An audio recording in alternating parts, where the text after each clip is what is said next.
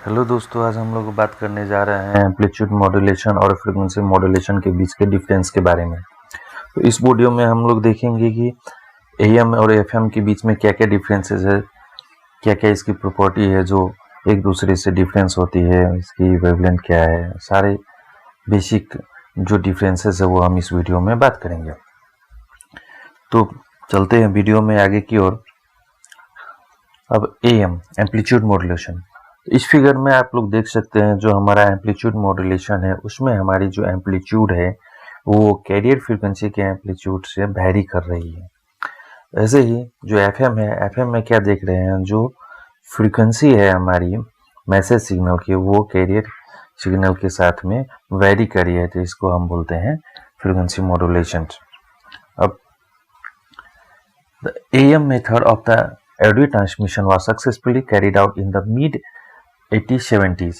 जो एएम है उसका इन्वेंशन सबसे पहले ट्रांसमिशन के लिए किया गया था 1870 के दशक में।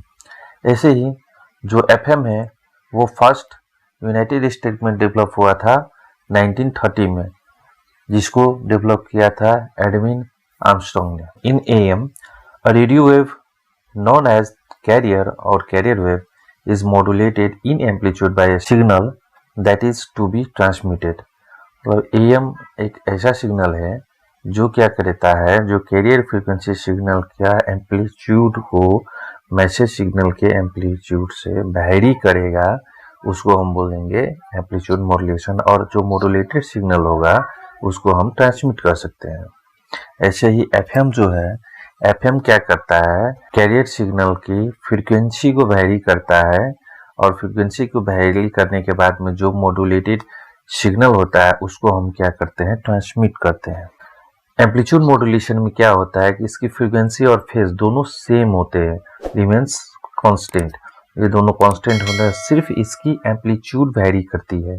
ऐसे ही एफएम के केस में क्या होगा, फ्रीक्वेंसी वैरी करेगी और एम्पलीट्यूड और फेज दोनों सेम हो जाएंगे। अब मॉड्यूलेशन इंडेक्स जो एएम के केस में होगा वो 0 और 1 के बीच में होगी, जबकि एफएम के केस में ये 1 से ज्यादा होता है। AM has a poorer sound quality and a lower bandwidth, but is cheaper. It can be transmitted over a long distance as it has a lower bandwidth।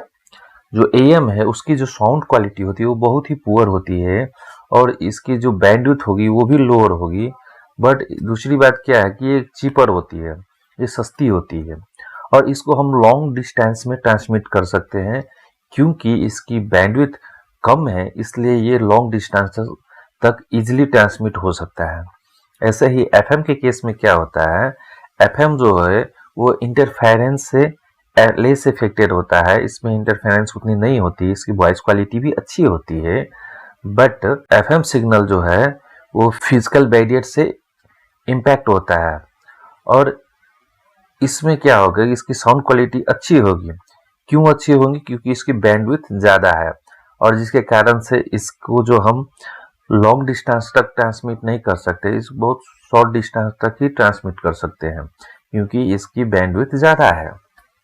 अब एएम का जो रेंज है वो रेंज आपको 535 टू 700 किलो हर्ट्ज के बीच में होता है और अप टू 1200 बीट पर सेकेंड, यानी एक सेकेंड में 1200 बीट को ही ये ट्रांसमिट कर सकता है।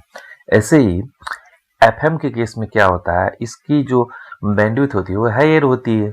इसकी बैंडविड्थ की जो रेंज है वो 88.1 मेगाहर्ट्ज से लेके 108.1 मेगाहर्ट्ज तक है और ये भी 1200 से लेके 2400 बीट पर सेकेंड ट्रांसमिट कर सकता है।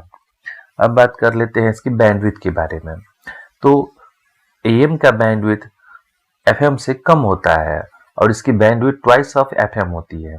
एफएम जो हमारा मैसेज सिग्नल है उसकी फ्रीक्वेंसी हो गई तो इसकी जो बैंडविड्थ होगी तो उस फ्रीक्वेंसी की डबल होगी, जबकि एफएम को केस में क्या होता है, जो बैंडविड्थ है वो ज़्यादा होती है क्योंकि इसकी चैनल भी ज़्यादा है। बैंडविड्थ एफएम के केस में कितना हो जाएगा, twice times frequency deviation plus message signal की जो फ्रीक्वेंसी है वो। ऐसे ही साइड बैंड की बात कर लेते हैं तो एएम के केस में साइड बैंड सिर्फ 2 ही होते हैं, जबकि एफएम के केस में साइडबैंड बहुत ज्यादा होती है। AM transmitter and receiver less complex than FM।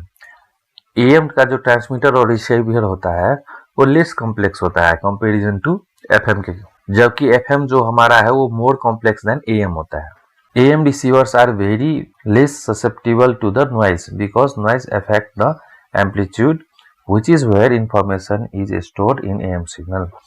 जो AM receivers है वो less susceptible होता है noise का, और noise क्या है, एम्पलीट्यूड को अफेक्ट करता है। जो हमारे AM सिग्नल में स्टोर्ड इंफॉर्मेशन है वो नॉइज से अफेक्टेड होती है AM के केस में, जबकि FM के केस में क्या होता है, जो FM रिसीवर्स है वो better it immune to noise होता है। ये नॉइज को ऑब्स्ट्रक्ट करती है, नॉइज को हटाती है। It is possible to decrease noise by further deviation. ये नॉइज को फर्दर डेविएट करता है, इसको डिक्रीज करता है। और AM के केस में जो इफिशिएंसी है वो लो होगी, लो इफिशिएंसी, क्योंकि जो पावर है वो ज़्यादा वेस्ट होती है ट्रांसमिट करने में AM के केस में। जबकि FM के केस में क्या है, हाई इफिशिएंसी है, बिकॉज जितनी भी हमारी पावर है वो most of the power transmit हो जाती है, ट्रांसमिशन करने में यूज होती है। इसलिए AM के केस में लो इफिशिएंसी हो गई, FM के केस में हाई इफिशिएंसी होती है। ऐसे ही medium wave, short wave band broadcasting, video transmission in TV, ये सब AM के कुछ एग्जाम्पल हो गए हैं। ऐसे ही FM के एग्जाम्पल में broadcasting FM, audio transmission on TV, ये सब FM के केस के कुछ एग्जाम्पल हो गए हैं। अब अभी तक हमने बात कर ली AM और FM के दोनों के बीच के डिफरेंसेस की बात की है हम लोगों ने। अब इस वीडियो में इतना ही। अभी तक आप लोगों ने हमारे वीडियो को लाइक, शेयर और चैनल को सब्सक्राइब नहीं किया है तो हमारे वीडियो को लाइक कर दीजिए, शेयर कर दीजिए और चैनल को सब्सक्राइब कर दीजिए। धन्यवाद।